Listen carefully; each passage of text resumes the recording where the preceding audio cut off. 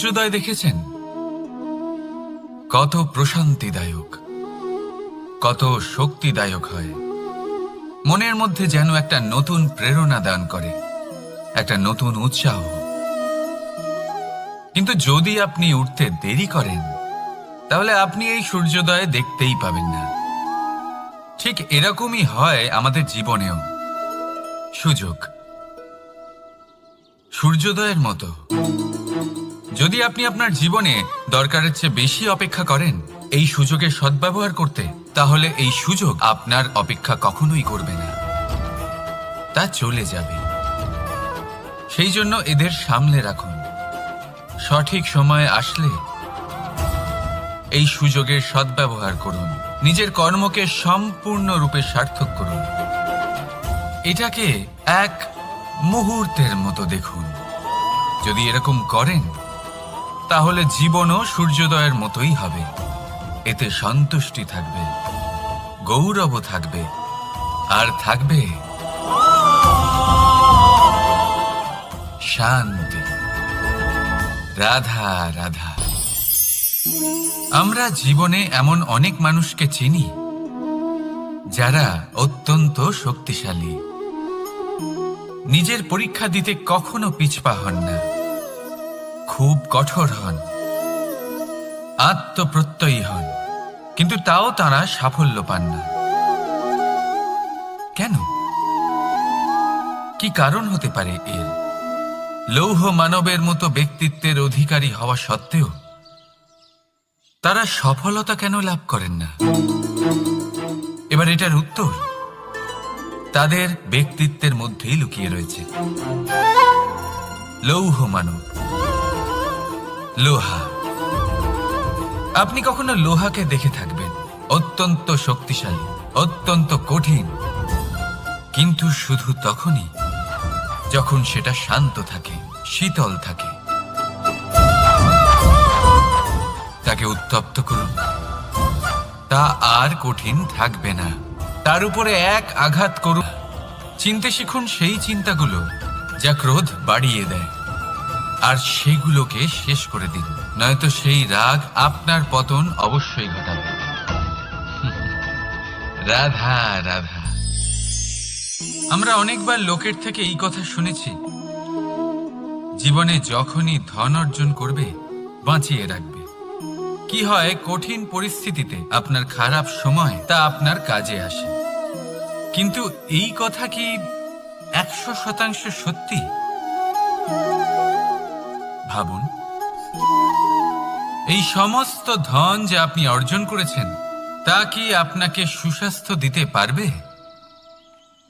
এই সমস্ত ধন কি আপনাকে সুখ এনে দিতে পারবে? পারবে না, তাই না? চলুন আমি আপনাকে একটা কথা বলি। পরমেশ্বর, ঈশ্বর,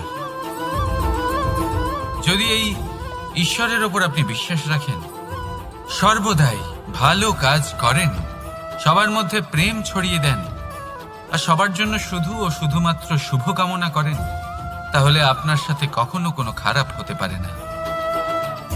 তাই সময় বদলান, সময় বদলানোর উপকরণ নয়।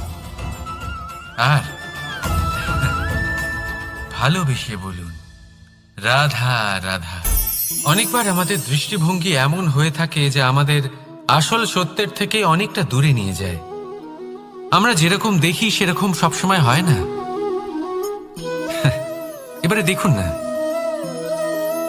আমরা মানুষেরা, আমাদের ভালো লাগে, আমরা কোথাও গেলাম, আমাদের স্বাগত জানানো হলো, আমাদের প্রশংসা করা হলো, কেউ আমাদের দিকে হাসি মুখে তাকালো, আমাদের ভালোবাসলো, আমাদের ভালো লাগে।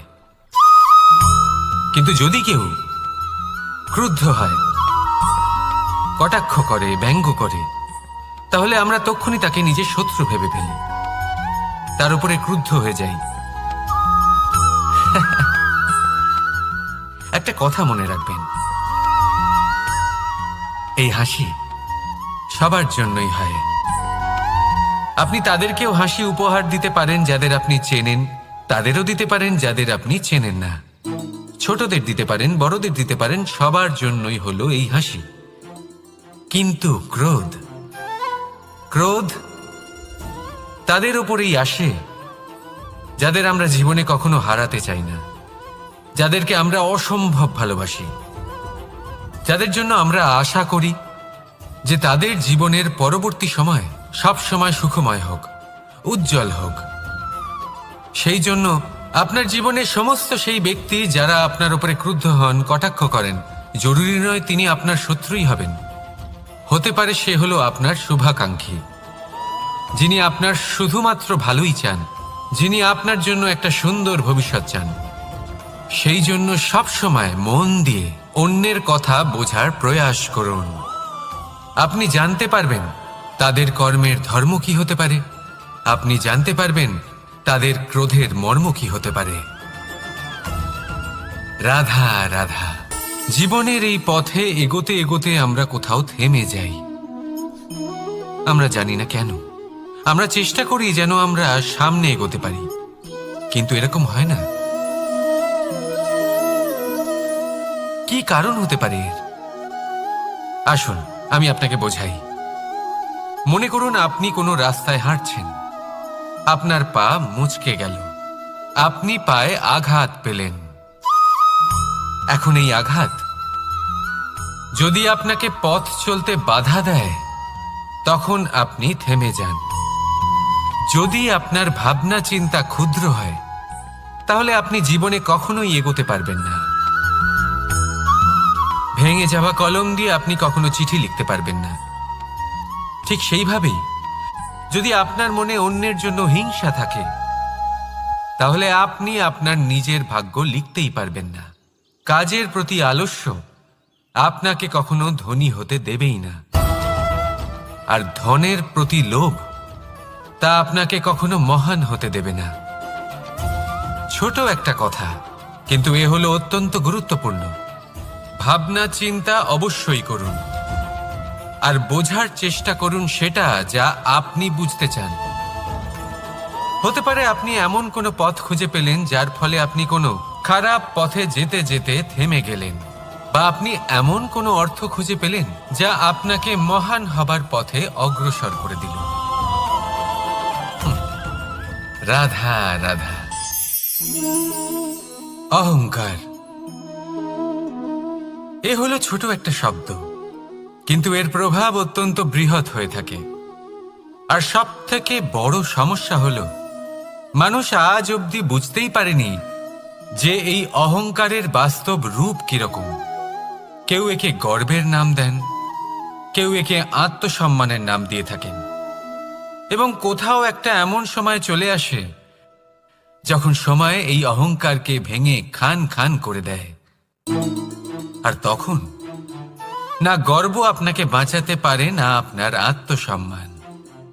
এখন যদি আপনাকে উদাহরণ দিই, তাহলে যেখানে আপনি বসে আছেন সেই ঘরেই ওপরে তাকান, সেই ছাদের দিকে। যদি এই ছাদ অহংকার করতে থাকে যে দেখো আমি তো সব থেকে উঁচু জায়গায় আছি, আমার চেয়ে ওপরে আর কেউ নেই, আমি এই ঘরে থাকা সমস্ত ব্যক্তিকে ছায়া প্রদান করি, যদি এই অহংকার এসে যায় তাহলে কি? একবার ভেবে দেখুন, যদি পরের দিন তার উপর আরো একটা তলা বানিয়ে দেওয়া হয় তাহলে কি? এই ছাদ যার নিজের উঁচু হবার অহংকার ছিল, যে সব থেকে ওপরে ছিল, সে এবার পায়ের তলায় চলে এসছে। এটাই হয়ে থাকে। মনে কখনোই অহংকার পোষণ করবেন না। যদি মনের মধ্যে কিছু রাখতে চান, তাহলে প্রেমের ভাব রাখুন, স্নেহ রাখুন। এই অহংকারকে আপনি যা ইচ্ছে নাম দিন, গর্ব হোক, আত্মসম্মান হোক, এর দ্বারা আপনার কোনোভাবেই কোনো লাভ হবে না। তাহলে এই অহংকারকে ত্যাগ করুন, আর আমার সাথে ভালোবেসে বলুন রাধা রাধা। একটা সিদ্ধান্ত। এই জীবনে একটা সিদ্ধান্তের গুরুত্ব কি হতে পারে তা কখনো ভেবে দেখেছেন? একটা সিদ্ধান্ত সেই ভিত্তি হতে পারে যা আপনার পুরো জীবনকে বদলে দিতে পারে। এই সমস্ত সংসারকে বদলে দিতে পারে, ভবিষ্যৎ বদলে দিতে পারে। এই সিদ্ধান্ত যে কোন রাস্তা চয়ন করতে হবে, সেই সিদ্ধান্ত যে কখন সামনে এগোতে হবে আর কখন থেমে যেতে হবে, সেই সিদ্ধান্ত যে কখন যুদ্ধ করতে হবে আর কখন নিজেকে পিছু পা হতে হবে, এই সিদ্ধান্ত হলো খুব গুরুত্বপূর্ণ। আর আপনি তো এই সংসারে একা নন, তাই আপনার একটা সিদ্ধান্ত শুধু আপনার জন্যই নয়, সমস্ত সংসারের জন্য গুরুত্বপূর্ণ হতে পারে। এবার এই সিদ্ধান্ত আপনারই হবে। ভাবনা চিন্তা করে নেবেন, সাফল্য পাবেন। রাধা রাধা। ভবিষ্যৎ। সংসারে এমন কোন ব্যক্তি আছেন যিনি নিজের ভবিষ্যতের বিষয়ে ভাবেন না? যে কেউ ভাবেন আমার ভবিষ্যৎ কিছু এরকম হবে, আমি ভবিষ্যতে এরকম কিছু একটা করব, এই সুবিধা থাকবে, এই আনন্দ পাবো, ইত্যাদি ইত্যাদি। কিন্তু সত্যি বলি, ভবিষ্যতের থেকে বড় ভণ্ড আর কেউ নেই। ভবিষ্যৎ আপনাকে ছেড়ে চলে যাবে, আপনি জানতেও পারবেন না। ভবিষ্যৎ আপনার থেকে আপনার বর্তমান কেড়ে নেবে। অনেক সময় আমরা ভবিষ্যতের বিষয় ভাবতে থাকি, দুশ্চিন্তা করতে থাকি, ভবিষ্যৎ দিয়ে নিজেকে এতটাই ঘিরে ফেলি যে বর্তমান কি তা ভুলেই যাই, তার বোধই আমাদের থাকে না। ভাবুন, ভবিষ্যৎ কি? ভবিষ্যৎ হলো সেটাই যা এখনো পর্যন্ত ঘটেনি। বর্তমান হলো সেটা যা এখন ঘটছে। তাহলে যা এখনো ঘটেইনি তার বিষয়ে দুশ্চিন্তা করে নিজেকে ব্যতিব্যস্ত কেন করছেন? এই বর্তমান, এটাই হলো গুরুত্বপূর্ণ। এর উপরে সমস্ত ভাবনা কেন্দ্রীভূত করুন। মনে লক্ষ্য অবশ্যই রাখুন, কিন্তু পুরো মনোযোগ শুধু বর্তমানে থাকবে। এই বর্তমানকে যদি সামলে নিতে পারেন, তাহলে আপনার ভবিষ্যৎ এমনি উজ্জ্বল হয়ে উঠবে। তাহলে আসুন আমার সাথে ভালোবেসে বলুন, রাধা রাধা। সময়। কথায় আছে, আমাদের জীবনের প্রত্যেক মুহূর্ত স্বর্ণর মতো হয়। এবার হয় আমরা একে নিজেদের কাছে রাখতে পারি, বা একে আমরা চলে যেতে দিতে পারি।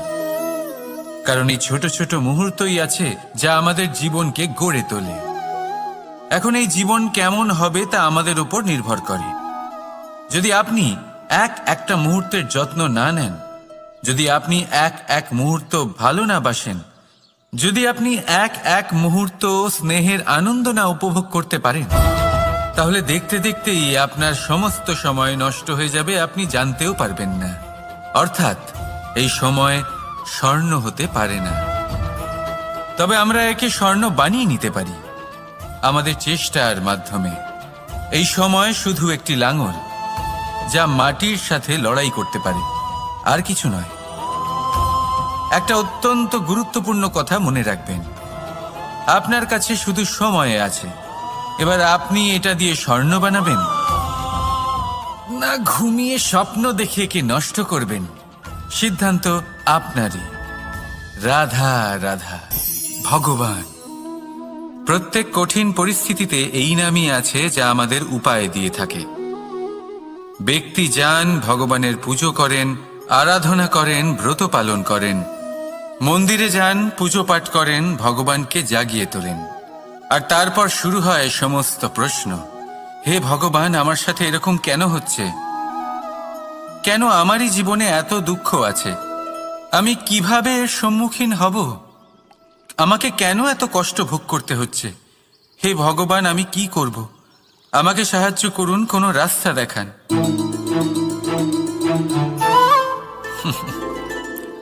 চলুন আমি আপনাকে একটা প্রশ্ন করি। মন্দিরে যাওয়ার চেষ্টা করার আগে আপনি কি জীবনে ততটা চেষ্টা করেছেন যতটা সেই সমস্যাকে দূর করার জন্য দরকার ছিল? দ্বিতীয় প্রশ্ন, ভগবানকে জাগানোর পূর্বে আপনি কি নিজেকে জাগিয়ে তুলেছেন? আপনি কি আলস্য ত্যাগ করেছেন?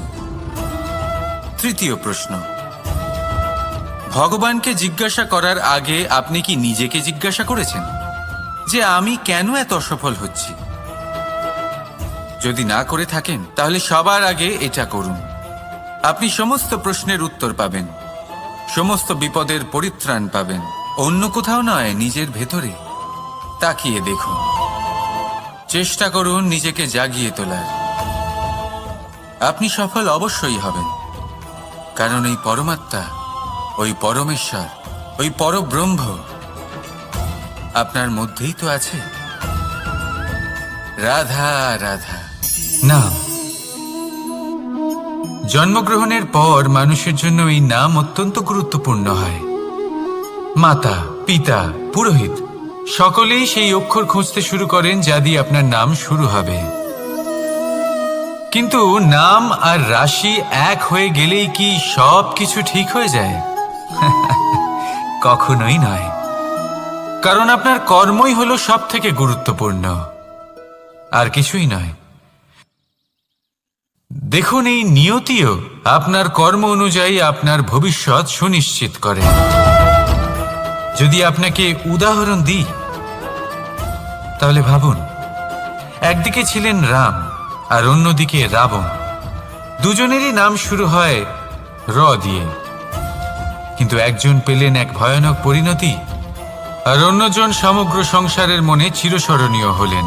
তাহলে মনে রাখবেন, নাম নয়, কর্মই হলো শ্রেষ্ঠ। আর যদি তা শ্রেষ্ঠ হয় তাহলে আপনার নাম এমন স্থানে পৌঁছবে যা সংসারের কেউ মুছে ফেলতে পারবে না।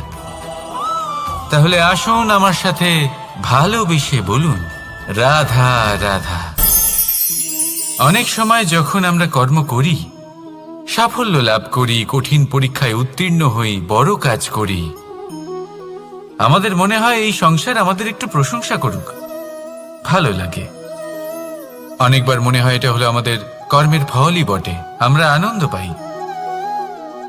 কিন্তু যখন আমরা এই প্রশংসা পাই না, তখন কি হয়? আমরা দুঃখী হয়ে যাই, ভেঙে পড়ি। মনে হয় যেন আমার জন্য কেউ চিন্তাই করে না। এমন মনে হয় যেন আমাদের আনন্দে অন্য কেউ আনন্দই পায় না। অনেক রকম ভাবনা আসে। কিন্তু আমি আপনাকে একটা প্রশ্ন করতে চাই, আপনি যে কাজই করেন না কেন, যে কর্মই করেন না কেন, তা কি শুধুমাত্র প্রশংসার জন্য করেন? যদি এরকম হয়ে থাকে তাহলে সেই ভাবনা এক্ষুনি ত্যাগ করুন, কারণ এই প্রকৃতি আমাদের অন্য শিক্ষা দেয়।